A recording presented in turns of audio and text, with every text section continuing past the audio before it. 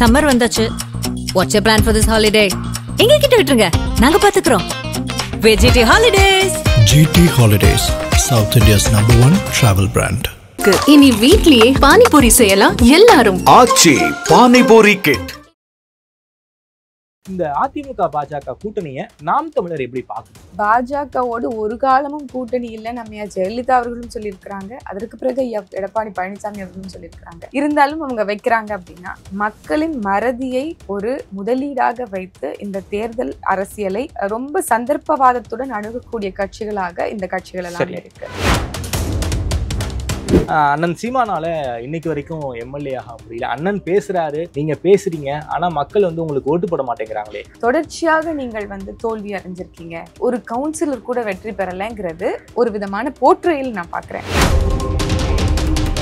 ரொம்ப அண்மை காலமாக பாஜகவும் எங்களை இழுத்துக் கொள்வதை நம்மளால நினைக்கிறத நம்மளால பார்க்க முடியும். ஓட் பேங்க் காரணமா தான் அகாமடேட் பண்ணிக்கணும்னு அவங்களுக்கு ஒரு விஷயம் தெளிவா தெரியும். எப்படி பேசினாலும் நாம் தமிழர் கட்சியினுடைய தலைமை ஒருங்கிணைப்பாளர் கூட்டணிக்கு வரமாட்டார் அப்படின்னு தெரியும். ஆனா தொடர்ச்சியா பேசுறாங்களே. தொடர்ச்சியா பேசும்போது என்ன ஆகுது அப்படின்னா it will impact the audience. இல்ல, ஒரு அரசியல் இயக்கங்களுக்கு மத்தியில நாம் தமிழர் கட்சிக்கு நிறைய டிமாண்ட் இருக்கு, நான் எடுத்துக்கலாம் இல்லையா? கட்டாயம் நாம் தமிழர் கட்சி நீங்க நான் தான் சொன்னேன், இது ஒரு பெட்டிங் ஹார்ஸ். நீங்க ஒரு ரன்னிங் ஹார்ஸ் கூட பெட் பண்றது ரொம்ப ரொம்ப இயற்கையான இயல்பான விஷயம் அப்படின்னு நான் பார்க்கிறேன். நாம் தமிழர் கட்சி தனித்திருந்து இன்னைக்கு இவ்வளவு செல்வாக்கை மக்கள் செல்வாக்கை பெற்றிருக்கு அப்படின்னா எங்களுடைய தனித்துவமான அரசியல் அது. 2026லயும் தனித்து போட்டி போற முடிவுல தான் நாம் தமிழர் இருக்கீங்களா? இவ்வளவு சொன்னதுக்கு அப்புறமும் நாங்க தனித்து போட்டியான்னு கேட்கும் போதுதான் ரொம்ப வியப்பா இருக்கு. ஏன் அப்படின்னா நீங்க கேட்கறது புதிதாக வந்த கட்சிகளோடு கூட்டணி வச்சிட மாட்டீங்களா அப்படின்னு. அதற்கான வாய்ப்பு இருந்த போதிலும் அதை அவர்கள் சரியாக பயன்படுத்திக் கொள்ளவில்லை. பேர் சொல்ல கூட யோசிக்கிறீங்களே? இல்ல சகோதரர் விஜய் அவர்களுடைய கட்சி தான், நம்ம அதுல பேர் சொல்லாம இருக்கிறதுல என்ன இருக்கு? இவ்வளவு ஆன்டி இன்கம்பன்சி டிஎம்கேக்கு எப்போதும் இல்லாத அளவுக்கு இருக்கு. தொடர்ச்சியாக ஒரு மாதத்துல 22 கொலை நடக்கக்கூடிய அளவுக்கு சட்ட ஒழுங்கு சீர்கெட்டு இருக்கு. கொடுத்த வாக்குறுதிகள் அத்தனையும் கடைசி நிமிஷம் வரைக்கும் கிடப்புல கிடக்கு. ஆனால் கடைசி நிமிஷத்துல நீங்க ஒரு தேர்தல் நாடகம் போடுறீங்க, சுயாட்சி தீர்மானத்தை கொண்டு வர்றீங்க. இதெல்லாம் தேர்தல் நாடகங்கிறீங்களா? கட்டாயம். நீங்க இவ்வளவு ஆண்டுகள் 51 ஆண்டுகள் ஆட்சியில இருந்திருக்கிறீங்க, என்ன பண்ணீங்க? ஆதநேயர்களுக்கு அன்பு வணக்கம். இன்று நம்மோடு நாம் தமிழர் கட்சியின் இளைஞர் பாசறையின் ஒருங்கிணைப்பாளர் திருமிகு ஃபாத்திமா ஃபர்கானா அவர்கள் வந்துள்ளார். வணக்கம் மேடம். வணக்கம். நல்லா இருக்கீங்களா? தமிழ்நாடு அரசியல் களம் பரபரப்பா இருக்கு. தேர்தலுக்கு இன்னும் 1 வருஷம் தான் இருக்கு. அந்த 1 வருஷத்துக்கு முன்னாடியே தமிழ்நாடு அரசியல் களத்தை பொறுத்த வரைக்கும் அதிமுக பாஜக கூட்டணி என்பது உருவாகி இருக்கு. அப்படின்னு பார்த்தா தமிழ்நாட்டில் ஒரு 4 கார்னர் கான்டெஸ்ட் உருவாகி இருக்கு. இந்த அதிமுக பாஜக கூட்டணியை நாம் தமிழர் எப்படி பார்க்குது? நாம் தமிழர் கட்சிக்கு எப்போதும் போல ஒவ்வொரு தேர்தலும் ரொம்ப ரொம்ப அவசியமான மிகவும் முக்கியத்துவம் வாய்ந்த ஒரு தேர்தலாக இருக்கு. ஒவ்வொரு முறையும் நாம் கட்சி ஏதோ ஒரு இலக்கை அடையணுங்கிற ஒரு குறிக்கோளோட முன்னோக்கி போறதை உங்களால பார்க்க முடியுது. 2016ல் 1.1 விழுக்காடு, அதற்கு பிறகு 4 விழுக்காடு, அதற்கு பிறகு 6 விழுக்காடு, அதற்கு பிறகு 8 விழுக்காடுன்னு இன்னைக்கு இடைத்தேர்தலில் கடந்த முறை 16 விழுக்காடு வரைக்கும் ஒரு அங்கீகாரம் பெற்ற தேர்தல் கட்சியாக நாம் தமிழர் மாறி இருக்கு. இது அத்துணையுமே என்ன ஃபேக்டர்ல உருவாயிருக்கு அப்படின்னா தனித்து நின்று போட்டிட்டு இத்தனை தூரம் கட்சி வளர்ந்துருக்கு. திமுகவும் வேண்டாம், அதிமுகவும் வேண்டாம், தனிச்சு பாஜகவும் வேண்டாம், காங்கிரஸும் வேண்டாம்னு எந்த தேசிய கட்சியோடையும் மாநில கட்சிகளோடும் கூட்டணி இல்லாம தனித்திருந்து ஒரு செல்வாக்கை மக்களுடைய வரவேற்பை பெற்றிருக்கக்கூடிய ஒரு தனித்துவமான இயக்கமாக கட்சியாக தமிழ்நாட்டு களத்திலேயே இருக்கு அப்படின்னு நீங்க பார்க்கலாம். இதுல இவங்க அதிமுகவும் பாஜகவும் கூட்டணியை நாங்க இப்போ இது பண்ணிக்கிறோம், பிரிக்கிறோம், நாங்க அவங்களோட சேர்ந்து இல்லை அப்படின்னு அதிமுகவினுடைய தலைவர் மரியாதைக்குரிய ஐயா எடப்பாடி பழனிசாமி அவர்கள் சொன்ன போது நல்ல முடிவுன்னு பாராட்டியது எங்களுடைய தலைமை ஒருங்கிணைப்பாளர். ஆமா, இன்னைக்கு அவர்களே மீண்டும் என்டிஏ கூட கூட்டணி வச்சிருக்காங்க. இல்ல என்ன ரொம்ப கவனிக்கணும், நான் கவனிச்சேன் அப்படின்னு சொல்லி பாத்தீங்க அப்படின்னா திமுக காங்கிரஸோட கூட்டணியே இல்லைன்னு ஒரு காலத்துல சொல்லுச்சு. ஆனா காங்கிரஸோட கூட்டணி வைத்து தேர்தலை சந்தித்தார்கள். பாஜகவோடு ஒரு காலமும் கூட்டணி இல்லை நம்ம ஜெயலலிதா அவர்களும் சொல்லியிருக்கிறாங்க. அதற்கு பிறகு எடப்பாடி பழனிசாமி அவர்களும் சொல்லியிருக்கிறாங்க. 2026லும் இல்லை, 2029லும் இல்லை அப்படின்னு சொன்னவர் மாநாடுல சொன்னாரு அப்படின்னு சொன்னவர் தான் ஐயா எடப்பாடி பழனிசாமி அவர்கள். இருந்தாலும் அவங்க வைக்கிறாங்க அப்படின்னா மக்களின் மறதியை ஒரு முதலீடாக வைத்து இந்த தேர்தல் அரசியலை ரொம்ப சந்தர்ப்பவாதத்துடன் அணுகக்கூடிய கட்சிகளாக இந்த கட்சிகள் எல்லாம் சரி. இருக்கு. நாம் தமிழர் கட்சி அதுல இருந்து முற்றிலும் வேறுபட்ட ஒரு கட்சியாக இருக்கு. நாம் தமிழர் கட்சி மக்களோடு கூட்டணின்னு சொல்றோம் அப்படின்னா உண்மையும் நேர்மையுமாக உண்மையாகவே சொல்லுவதற்கு அத்துணை தகுதியும் கொண்ட ஒரு கட்சியா நான் பார்க்கிறேன். எல்லோரும் சொல்லலாம் நாங்க வந்தா இதை செய்யலாம் செய்வோம் அப்படின்னு. ஆனால் சொல்வதற்கான தகுதி அவர்களுக்கு இருக்கான்னு கேட்டீங்கன்னா இல்ல. ஆனா நாம் தமிழர் கட்சி கட்டாயம் இருக்கு. நிறைய சொல்றீங்க, ஆனா மக்கள் உங்களுக்கு வந்து அங்கீகாரத்தை கொடுக்க மாட்டேங்கிறாங்களே. ஒரு தனி பெரும்பான்மை கட்சி ஆட்சிக்கு வரணும் அப்படிங்கிறதுக்கான ஒரு மெஜாரிட்டியை மக்கள் கொடுக்க மாட்டேங்கிறாங்க. அண்ணன் சீமானால இன்னைக்கு வரைக்கும் எம்எல்ஏ ஆக முடியல. அண்ணன் பேசுறாரு, நீங்க பேசுறீங்க, ஆனா மக்கள் வந்து உங்களுக்கு ஓட்டு போட மாட்டேங்கிறாங்களே. இப்போ மீடியாவுடைய பெர்செப்ஷன், மீடியாவுடைய ஒரு நரேஷன் அப்படிங்கிறது ரொம்ப ரொம்ப ஒரு இம்பார்ட்டன்ட் ஃபேக்டர், ரொம்ப ரொம்ப முக்கியத்துவம் வாய்ந்த ஒரு ஃபேக்டரா இருக்கு என்னை பொறுத்த வரைக்கும். நான் அப்படிதான் கருதுறேன். ஏன்னா மக்கள் கிட்ட செய்திகளை அப்படியே கொண்டு போய் சேர்க்கிறது ஒரு விதம், மக்களை இன்டைரக்டா இன்ஃப்ளூயன்ஸ் பண்றது இன்னொரு விதம். சரி, தொடர்ச்சியாக நீங்கள் வந்து தோல்வி அடைஞ்சிருக்கீங்க, ஒரு கவுன்சிலர் கூட வெற்றி பெறலைங்கிறது ஒரு விதமான போற்றையில் நான் பாக்குறேன். நாம் தமிழர் கட்சி தொடர்ச்சியாக கணிசமான வளர்ச்சியை பெற்றுக்கொண்டு தனித்துவமாக தனித்து நின்று போட்டிட்டு இருக்குது. அதிகாரமே இல்லாம கட்சி ஆட்சி அங்கீகாரமே இல்லாம எத்தனை லிட்டர் குருதி கொடை கொடுத்திருக்கிறோம் அப்படிங்கிறத நீங்க வந்து ஏதாவது ஒரு ஊடகம் உளச்சான்றோட நேர்மையாக பதிவு செய்திருக்குதா அப்படிங்கிறத அது வந்து ஒரு பேச்சு பொருளாக மாத்திருக்கிறாதாங்கிறது ஒரு கேள்வி. இயற்கையை போற்றக்கூடிய ஒரு அரசியலை இதுவரைக்கும் எந்த அரசியல் கட்சியும் பேசியதும் இல்லை, செய்ததும் இல்லை. ஏனால் அவர்களுக்கு நோக்கம் இல்லை அப்படிங்கிறது உள்ளபடியே நமக்கு தெரிந்தது. ஆனால் எத்தனை பனை விதைகளை நாம் தமிழர் கட்சி நட்டு இருக்குன்னு தார்மீகமாவது ஏதாவது ஒரு ஊடகம் சொல்லியிருக்கு? அதிகாரம் இல்லை எங்க கிட்ட, ஆட்சி எங்க கிட்ட இல்லை. ஆனால் இத்தனை ஆண்டு காலம் நாங்கள் செய்து வந்த இத்தனை நலத்திட்டங்களையும், அதாவது எதுலையும் எதிர்பார்ப்பு இல்லாம பனை விதைகள் நடுறதா இருக்கட்டும், மரச்செடிகள் நடுறதாக இருக்கட்டும், குருதி கொடை கொடுக்கறதாக இருக்கட்டும், இல்ல பல தனித்தனி தொகுதிகள்ல சில தொகுதிகள்ல என்ன ஆகுது அப்படின்னா இடர்பாடுள்ள கட்டுமானம் இல்லாத இல்ல போதிய இன்ஃப்ராஸ்ட்ரக்சர் இல்லாத பள்ளிக்கூடங்களா இருக்கட்டும், இல்ல வீடுகளாக இருக்கட்டும், இல்ல அவங்களுக்கு போதிய வசதிகளாக இருக்கட்டும், இது எல்லாமே அங்கங்க இருக்கக்கூடிய பொறுப்பாளர்களாக செய்யப்பட்டு வருது. அதெல்லாம் ஒரு பேச்சு பொருளா இருக்கானா? இல்ல. அப்போ எப்ப அது பேச்சு பொருளா இருக்கும் அப்படின்னா, ஏற்கனவே ஒரு மாஸ் அட்டென்ஷன் ஒருத்தவங்களுக்கு இருக்குன்னு வச்சுக்கோங்களேன். அவங்களுக்கு ஏற்கனவே ஒரு விளம்பரம் இருக்கு, அந்த விளம்பரத்தின் பேர்ல அந்த ஊடகத்துக்கும் விளம்பரம் வந்துடாதா அப்படிங்கிறத வச்சு ஒரு செய்தியை போடுறத நம்மளால பார்க்க முடியுது. அப்படித்தான் ஊடகவாதிகளும் விரும்பி ஒரு வெவ்வேறு திசைகளுக்கு போயிருக்காங்களே தவிர்த்து, இன்னைக்கு உண்மையாகவே இந்த களத்துல, தமிழக அரசியல் களத்துல உள்ளன்போடு மக்களை நேசிக்கக்கூடிய ஒரு தலைவரை பற்றி நம்ம உள்ளது உள்ளபடியே போடுவோங்கிறத யாருமே பார்க்கறது இல்லை அப்படின்னு தான் பாக்குறோம். ஆனால் அந்த எந்த ஒரு கலப்படமும் இல்லாமல் இன்னைக்கும் நாம் தமிழர் கட்சி மக்களுக்காக நிற்போம், மக்களுடைய பிரச்சனைகளை பேசுவோம்னு சொல்லிக்கிட்டு இருக்கக்கூடிய ஒரு கட்சியாக நாம் தமிழர் கட்சி இருக்கு. அதனால நீங்க சொல்லுவது போல நாங்க இன்னும் வெற்றி பெறலையே, எம்எல்ஏ ஆகலையே அப்படின்னா, மக்கள் வாக்கு கொடுத்தா கட்டாயம் வெற்றி பெற போறோம். இங்க எந்த லூப் ஹோல்ஸும் மேனிப்புலேஷன்ஸும் இல்லாம இருந்தது, எல்லாரும் தேர்தலை சமமாக நேர்மையாக சந்திக்கிறாங்க அப்படின்னா நாங்க வெற்றி பெறாம வேற யார் வெற்றி பெறுவான்றத நீங்க சொல்லணும். சோ அந்த ஃபேக்டர்ஸ் எல்லாம் நம்ம வச்சு பார்க்கும்போது கட்டாயம் நாம் தமிழர் கட்சிக்கு வரக்கூடிய 26 ஒரு சவாலான தேர்தலாக இருந்தாலும் நேர்மையாக சந்திப்பதற்கு எங்களுக்கு துணிவு இருக்கிறது. மடியில எந்த கனமும் இல்லை அப்படிங்கறதுனால நாங்க நேர்மையாக சந்திக்கிறதுக்கு தயாரா இருக்கோம். திமுக ஆட்சியில இருக்காங்க, திமுகவுக்கு எதிரான ஓட்டுக்கள் வந்து சிதறிவிடக்கூடாது அப்படிங்கிறதுக்காக தான் வந்து அதிமுகவோடு பாஜக கூட்டணி வச்சிருக்காங்க. பாஜக தலைவர்கள் பல பேரும் சரி, குறிப்பாக நயினா நாகேந்திரன் அவர்கள் நேற்றுக்கு ஒரு செய்தியாளர் சந்திப்பு, என்டிஏ கூட்டணிக்குள்ள அண்ணன் சீமான் வரணும்னு சொல்லியிருக்காரு. தமிழ்நாட்டின் ஒரு பாரம்பரியமிக்க ஊடகத்துக்கு துக்ளக் ஆசிரியர் குருமூர்த்தி அவர்கள் ஒரு பேட்டி கொடுத்திருந்தாரு. ஸோ அதுலயும் அண்ணன் சீமான் அவர்களை ரொம்ப பிரைஸ் பண்ணி பேசியிருக்காரு. சீமான் அவர்கள் ஒரு தமிழ்நாடு அரசியல் களத்தை பொறுத்த வரைக்கும் ஒரு தனித்து தெரிகிறார். ஈரோடுல வந்து கிட்டத்தட்ட ஒரு 16% ஓட்டு வாங்கியிருந்தாங்க.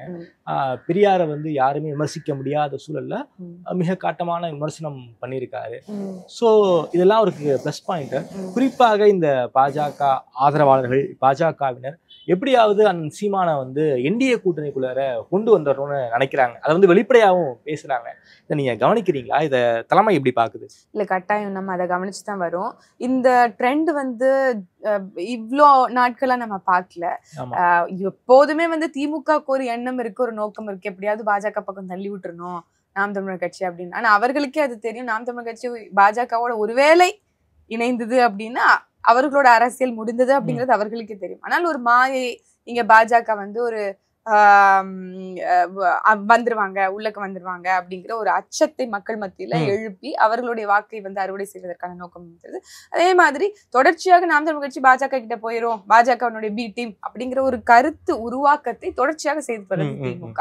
ஆனால் ரொம்ப அண்மை காலமாக பாஜகவும் எங்களை இழுத்துக் கொள்வதை நம்மளால நினைக்கிறத நம்மளால பார்க்க முடியும். எப்படியாவது நம்ம அகாமடேட் பண்ணிட மாட்டாங்களா நம்மளோட ஒண்ணு, அவங்க ஓட் பேங்க் காரணமா தான் வந்து அகாமடேட் பண்ணிக்கணும்னு அவங்களுக்கு ஒரு விஷயம் தெளிவா தெரியும். எப்படி பேசினாலும் நாம் தமிழர் கட்சியினுடைய தலைமை ஒருங்கிணைப்பாளர் கூட்டணிக்கு வரமாட்டார் அப்படின்னு தெரியும். ஆனால் தொடர்ச்சியா பேசும்போது என்ன ஆகுது அப்படின்னா, it will impact the audience. அவர்களுக்கு ஒரு சார்பு நிலை பாஜகவின் பக்கம் இருக்குது அப்படிங்கிற ஒரு இம்பாக்ட உருவாக்கும். இங்க நம்ம பொதுவாகவே அரசியல் தளத்துல பார்த்தோம் அப்படின்னா, நம்ம பண்ணக்கூடிய நேர்மையான அரசியலை மக்கள், வெகுஜன மக்கள் பாராட்டுவது என்பது ஒரு விஷயம். ஆனால் ஒரு வலதுசாரி இயக்கம், ஒரு கட்சி, ஒரு இடதுசாரி இயக்கத்தை பத்தி பாராட்டுது அப்படின்னா அதற்கு பின்னாடி ஒரு அரசியல் நுணுக்கம் இருக்கும் அப்படின்னு மக்களுக்கு புரியறதுக்கு சிரமமா இருக்கலாம். ஆனால் அரசியல்ல இருக்கிறவங்களுக்கு சிரமமா இருக்காதுல்ல. அப்போ அவர்கள் தொடர்ச்சியாக ஒரு நரேஷனை செட் பண்ணி நம்ம பக்கம் இழுத்துலாம் அப்படின்னா, ஒன்னு அவர்கள் எங்களுடைய வாக்குகளை குறைப்பதற்கான நோக்கம் இருக்கு அதற்கு பின்னாடி. அப்படி இல்ல அப்படின்னா அவர்களோட சேர்ந்து அவர்கள் கூட்டணியில இணைனுங்கிறதுக்கான ஒரு விதையாக இதை நம்ம பார்க்கலாம். ஒரு யுனானிமஸான ஸ்பீச்சை நம்மளால பார்க்க முடியுது. வலதுசாரி அமைப்புகளை சார்ந்த அரசியல் விமர்சகர்களாக இருக்கட்டும், இல்ல ஒரு சில கட்சியினுடைய முக்கிய பிரதிநிதிகளாக இருக்கட்டும், எல்லாருமே சமநிலையில ஒரே மாதிரி பேசுறாங்க. இது நான் முன்னாடி அப்சர்வ் பண்ணது. அவங்க ஏதாவது ஒரு கொள்கையை வந்து மக்கள் கிட்ட கொண்டு போகணும்னா எல்லாருமே ஈக்குவலா பேசுவாங்க, எல்லாருமே ஒரே மாதிரி கருத்துக்களை பரப்புவாங்க.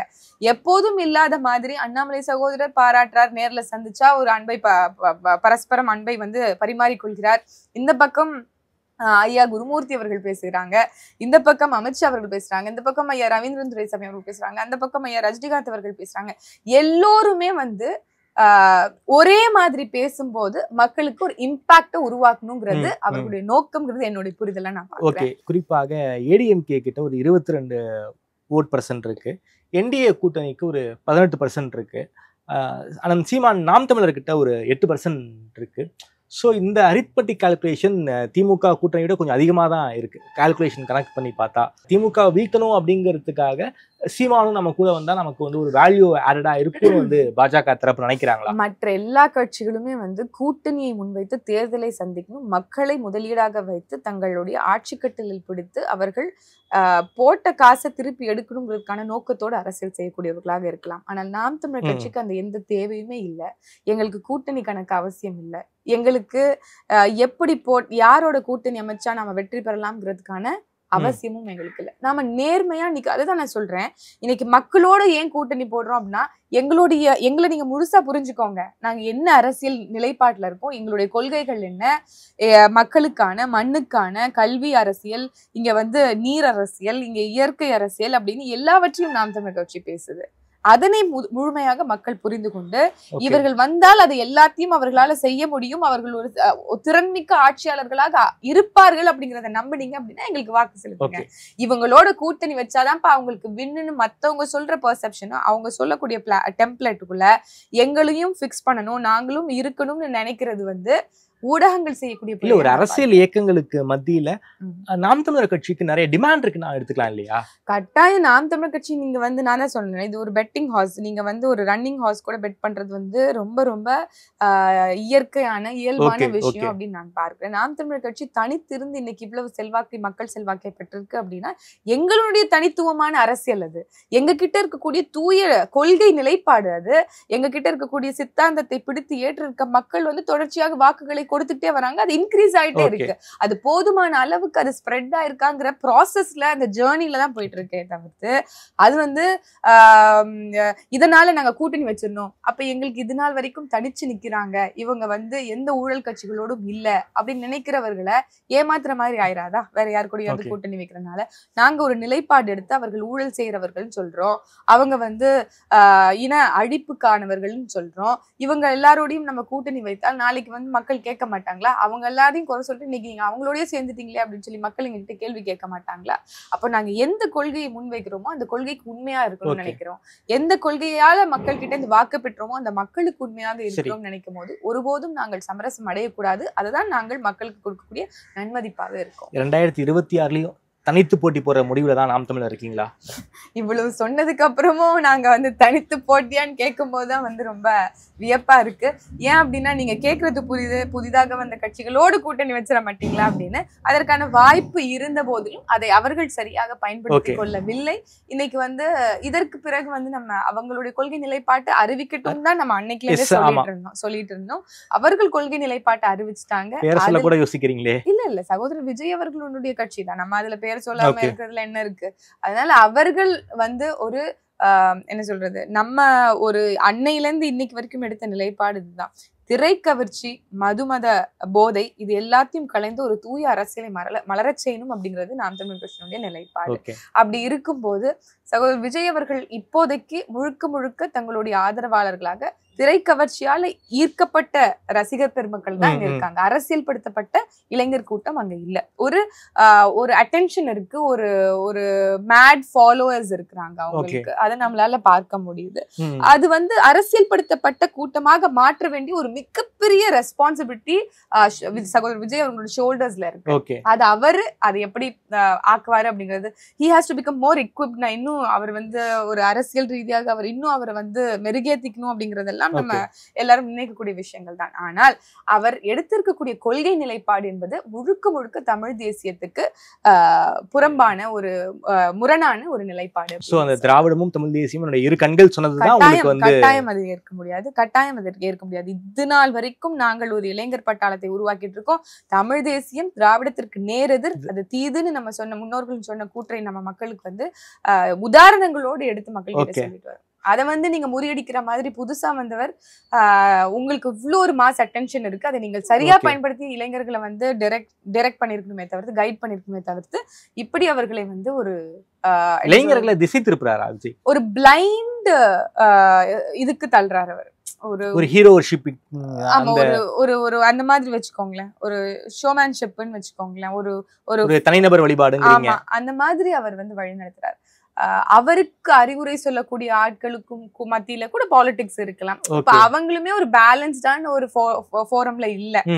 இப்ப தலைவன் என்பவன் ஒருவனாகத்தான் இருக்க முடியும். அப்பதான் ஒரு இயக்கத்தை நடத்த முடியும். நீங்க மல்டிபிள் லீடர்ஸ் வச்சு அவங்க எல்லாரையும் உங்களுடைய அறிவுரையாளராக வச்சிருந்தீங்க அப்படின்னா அது கட்டாயம் அவங்களுக்கு ஒரு இம்பேலன்ஸ், ஒரு டவுட்ஃபுல்னஸ் இது எல்லாத்தையும் ஏற்படுத்துறதுக்கு அதிக வாய்ப்பு இருக்கு. அதனால சகோதரர் விஜய் அவர்களுக்கு நிறைய நாட்கள், நீண்ட நாட்கள் எடுக்கலாம். மாறாக அவர் எங்களுடைய தலைமையை புரிந்து கொண்டு அவர் ஒழுங்கா உட்கார்ந்து எல்லாரும் கூடயும் பேசினாரு. அவர் உட்கார்ந்து கொஞ்சம் சிந்திச்சிருந்தாரு அப்படின்னா I think he would have had a very good opportunity in the என்ன சொல்றது, இந்த பொலிட்டிக்கல் ஜர்னில அவருக்கு. அதுக்கு வாய்ப்பு இருக்கா? கொள்கையில் மாற்றம் ஏற்பட்டாலே ஒழிய இதற்கு வாய்ப்புகள் இருக்கிறதுக்கு எனக்கு தெரியாது. நான் சொல்றேன் ரொம்ப லிங்கரிங்கான ஒரு வாய்ப்பு இருக்கு. பட் அதர்வைஸ் நான் என்னோட புரிதல் வரைக்கும் இப்ப என்ன அப்படின்னா சகோதரர் வேற பாதையில போயிட்டாரு. அப்ப நம்ம இப்ப ஓகே, ஒரு 4 கார்னர் கான்டெஸ்ட் இருந்தாலும் இந்த கான்டெஸ்ட் டிஎம்கேக்கு தான் அட்வான்டேஜா இருக்குன்னு பலருமே சொல்றாங்க. இதை நீங்க எப்படி பாக்குறீங்க? அதுவுமே ஒரு கைண்ட் ஆஃப் நரேஷன் நான் பாக்குறேன். நீங்க தொடர்ச்சியாக திமுக தான் வெற்றி பெறும், திமுக தான் எப்படியா நீங்க போலரைஸ் பண்றீங்க, 4 முனை போட்டி ஆக்குறீங்க, அப்போ அது திமுகவுக்கு தான் அது பலனை அளிக்கும் அப்படின்னு சொல்லக்கூடிய விஷயத்தையும் நான் ஒரு நரேஷனாக, ஒரு இன்ஃபுளுன்ஸாக பாக்குறேன் மக்கள் மத்தியில. இவ்வளவு ஆன்டி இன்கம்பன்சி டிஎம்கேக்கு எப்போதும் இல்லாத அளவுக்கு இருக்கு. 10 ஆண்டுகள் கூப்புல இருந்து அதற்கப்புறம் ஆட்சிக்கு வந்தவர்கள் திமுகவை சார்ந்தவர்கள். ஆனால் அதை எவ்வளவு சரியாக பயன்படுத்திருக்கணும் அப்படிங்கிறத எந்த ஒரு லேமேனுக்கும் தெரியும். ஆனால் தொடர்ச்சியாக ஒரு மாதத்துல 22 கொலை நடக்கக்கூடிய அளவுக்கு சட்ட ஒழுங்கு சீர்கெட்டு இருக்கு. கொடுத்த வாக்குறுதிகள் அத்தனையும் கடைசி நிமிஷம் வரைக்கும் கிடப்புல கிடக்கு. ஆனால் கடைசி நிமிஷத்துல நீங்க ஒரு தேர்தல் நாடகம் போடுறீங்க, சுயாட்சி தீர்மானத்தை கொண்டு வர்றீங்க. இதெல்லாம் தேர்தல் நாடகம்ங்கிறீங்களா? கட்டாயம். நீங்க இவ்வளவு ஆண்டுகள் 51 ஆண்டுகள் ஆட்சியில இருந்திருக்கிறீங்க, என்ன பண்ணீங்க இது நாள் வரைக்கும்? கட்சத்தீவு தீர்மானம் இன்னைக்குதான் உங்களுக்கு போட தோணுச்சா? நீட்டுக்கு உங்களுக்கு கட்டாயம் மாநில பட்டியலுக்கு வராம ஒன்றும் செய்ய முடியாதுன்னு அன்னைக்கே தெரியும்ல. அப்ப அன்னைக்கு தெரியல அப்படின்னா உங்களுக்கு அவ்வளவு இன்டெலிஜென்ட் கேப் இருந்துச்சா? இன்டெலிஜென்ஸ் கேப் இருந்துச்சா? முதல் தோன்றிய பிராந்திய கட்சியினுடைய அங்கீகாரம் உங்களுக்கு தான். அப்போ மாநில பட்டியலுக்கு வந்தால் மட்டுமே, நமக்கான சுயாட்சி நிர்ணயம் இருந்தால் மட்டுமே நம்மளால இதெல்லாம் முடிவெடுக்க முடியும்னு உங்களுக்கு அப்ப தெரியாதா? அப்ப என்ன பசப்பு வார்த்தையை சொல்லி மக்கள் கிட்ட வாக்கு வாங்கினீங்க? நீட்டு வந்தா ஒழிச்சிருவோம். எவ்வளவு முறை அவர்கள் பரப்புரை செய்தார்கள். சகோதரர் உதயநிதி ஸ்டாலின் அவர்கள் யாருடைய பேரை வைத்து அரசியல் செஞ்சார்? சகோதரி அனிதாருடைய பேரை வைத்து வாக்கு வேட்டையாடியவர் உதயநிதி ஸ்டாலின் அவர்கள். இன்னைக்கு வரைக்கும் நீட்டுக்கு என்ன நீங்க பண்ணிருக்கீங்க? காங்கிரஸ் கேட்டா கையெழுத்து கொடுப்பேன்பீங்க, கேட்ட தீர்மானம் போட்டேன்பீங்க, கேட்ட காங்கிரஸ் ஆட்சி வந்தா மாத்திருவோம்பீங்க. அப்ப என்னத்துக்கு நீங்க வாக்குறுதி கொடுக்கணும்? 21ல யாரை ஏமாத்துவதற்காக நீங்க சுகர் கோட்டட் வேர்ட்ஸை பயன்படுத்தி நீங்க தேர்தல் இன்னைக்கும் போடக்கூடிய தீர்மானங்கள் அத்துணையும் மக்களை ஏமாற்றுவதற்கான செய்யக்கூடிய நாடகங்கள். மாநில சுயாட்சி பேசக்கூடிய திமுக என்ஐஏவுக்கு எதுக்கு ஆதரவு தெரிவிச்சு? மக்களவையில எதற்கு ஆதரவு தெரிவிச்சிச்சு? ஜிஎஸ்டிக்கு எதுக்கு ஆதரவு தெரிவிச்சிச்சு? இது எல்லாமே மக்கள் மத்தியில, அதாவது மக்களுடைய மறதியை ஒரு முதலீடாக பயன்படுத்தி, மக்களுடைய அறியாமையை முதலீடாக பயன்படுத்தி, மக்களுடைய பெருந்தன்மையை முதலீடாக பயன்படுத்தி வாக்குகளாக அறுவடை செய்வதில் இவர்கள் கை தேர்ந்தவர்கள். மக்களை ஏமாத்துவதற்காக இவங்களோட ஆன்டி இன்கம்பன்சி மக்களுக்கு தெரியாம இருக்குமா? நீங்க எவ்வளவு மக்களை முட்டாளாக நினைக்கிறீங்க இந்த 21st செஞ்சுரியில அப்படிங்கறத நம்மளால ஒவ்வொரு நாளும் புரிந்து கொள்ள முடியுது. ஒவ்வொரு நாளும் ஊடகங்கள்ல செய்தி திமுகவுக்கு அந்த அளவுக்கு எதிர்ப்பு இருக்குன்னு சொல்ல வரீங்க. நார்மலா நீங்க ஒரு லேமனா என்னுடைய வாழ்வாதாரம் சிறந்திருக்குங்க, இவங்க ஆட்சிக்கு வந்துட்டாங்க, என் ஸ்டாண்டர்ட் ஆஃப் லிவிங் உயர்ந்திருக்குங்க, விலைவாசி குறைஞ்சிருக்குங்க அப்படின்னு உங்களால சொல்ல முடியுமா? மத்திய அரசுக்கும் பங்கு இருக்குல்ல. உடனே மத்திய அரசை கூட்டு சேர்ந்துடுறது. மாநிலத்துக்கான உங்களுக்கு முழு சுதந்திரங்கள் இருக்கும்போது மற்ற மாநிலங்கள் எல்லாம் பார்த்து நீங்க ஒப்பிட்டு சொல்றீங்களா அவங்க இவ்வளவு பெஸ்டா இருக்காங்க, அவங்கள பெஸ்டா இருக்காங்க? ஏன் பீகாரும் ராஜஸ்தானும் ஆணவ படுகொலைக்கு சட்டத்தை அங்க நிறைவேற்றியே விட்டுட்டாங்க, ஆனால் இங்க இவங்க அதனால பண்ண முடியலையே? இங்க இன்ஃபிளேஷனுக்கு நீங்க ஒன்றியத்தை காரணம் காட்டுறீங்க. அப்ப என்னத்துக்கு நீங்க பால் விலையை குறைப்போம்னு வாக்குறுதி கொடுத்தீங்க? ஏன் கேஸ் விலையை குறைப்போம்னு வாக்குறுதி கொடுத்தீங்க? எதுக்கு எல்லா இளைஞர்களுக்கும் வேலை வாய்ப்பு கொண்டு வருவோம்னு சொல்லிட்டு ஒரு வாக்குறுதி கொடுத்தீங்க? 75 விழுக்காடு வேலை வாய்ப்பை தமிழ்நாட்டு மக்களுக்காக கொண்டு வருவோம்னு சொல்லி எதுக்கு வெற்று வாக்குறுதி கொடுத்தீங்க? இன்னைக்கு எல்லா இளைஞர்களும், படித்த இளைஞர்கள் அவங்க படித்ததுக்கான வேலையை பார்த்துட்டு இருக்காங்களா? உங்களால சொல்ல முடியுமா? இன்னைக்கு ஒரு ஃபிகரை காமிக்கிறாங்க, இண்டஸ்ட்ரியலிஸ்டிக்கா நம்ம இவ்வளவு க்ரோ ஆயிருக்கோம் அப்படின்னு சொல்லிட்டு. அது எவ்வளவு உண்மைன்னு சொல்லி நம்ம ஆர்டிஐ போட்டு பார்த்தாதான் நமக்கே தெரியும். இன்னைக்கு போற போக்குல அவங்க குற்றங்கள் ரொம்ப குறைந்திருக்கு, எந்த கொம்பனாலும் குறை சொல்ல முடியாத ஆட்சின்னு சொல்றாங்க. குற்றங்கள் பதிவு செய்வதே இல்லைங்கிறது தான் என்சிஆர்பி ரிப்போர்ட் நம்மளுக்கு இன்னைக்கு சொல்லுது. இப்படி ஆன்டி இன்கம்பன்சி இவ்வளவு இருக்கும்போது மக்களை எவ்வளவு ஏமாலியா நினைச்சாங்க அப்படின்னா, கடைசி நேரங்கள்ல இந்த மாதிரியான ஒரு வெற்று நாடகத்தை அவங்க போடுவாங்க. இந்த நாடகம் மக்கள் கிட்ட பலிக்காதுன்னு சொல்ல வரீங்க? கட்டாயம். அதனால அவர்கள் தான் வெற்றி பெறுவாங்கன்னு சொல்லுவதே ஒரு விதமான நரேஷன். இதன் மூலமாக ஊடகங்கள் லாபம் பெறுதா, இல்ல ஊடகங்கள் மூலமாக திமுக லாபம் பெறுதாங்கிறது தான் மிக கேள்விக்குறியான ஒரு விஷயம். அது மக்களே உணர வேண்டிய ஒரு அவசியமான ஒரு நேரம் கூட பாக்குறேன். எல்லாருக்கும் முன்னாடியும் நாம் தமிழர் கட்சி தான் தேர்தல் களத்திலையும் நீங்க முந்தி இருக்கீங்க. வேட்பாளருடைய அறிவிப்பும் வந்துகிட்டே இருக்கு. வேதாரண்யம்ல இடும்பாவனம் கார்த்தி அவர்கள் போட்டி போடுவார்னு அண்ணன் சொன்னாரு. ஸோ நீங்கள் ஏற்கனவே உங்களுக்கும் ஒரு தேர்தல் அனுபவமெல்லாம் இருக்குது. உங்களை எந்த தொகுதிகளில் எதிர்பார்க்கலாம்? குறிப்பாக சென்னையா, இல்லை டெல்டாவா, இல்லை தென் மாவட்டமா, எங்கே போட்டி போடுற ஐடியாவில் இருக்கீங்க? அண்ணன் சொன்னால் நீங்கள் போட்டி போட்டு தான் ஆகணும்.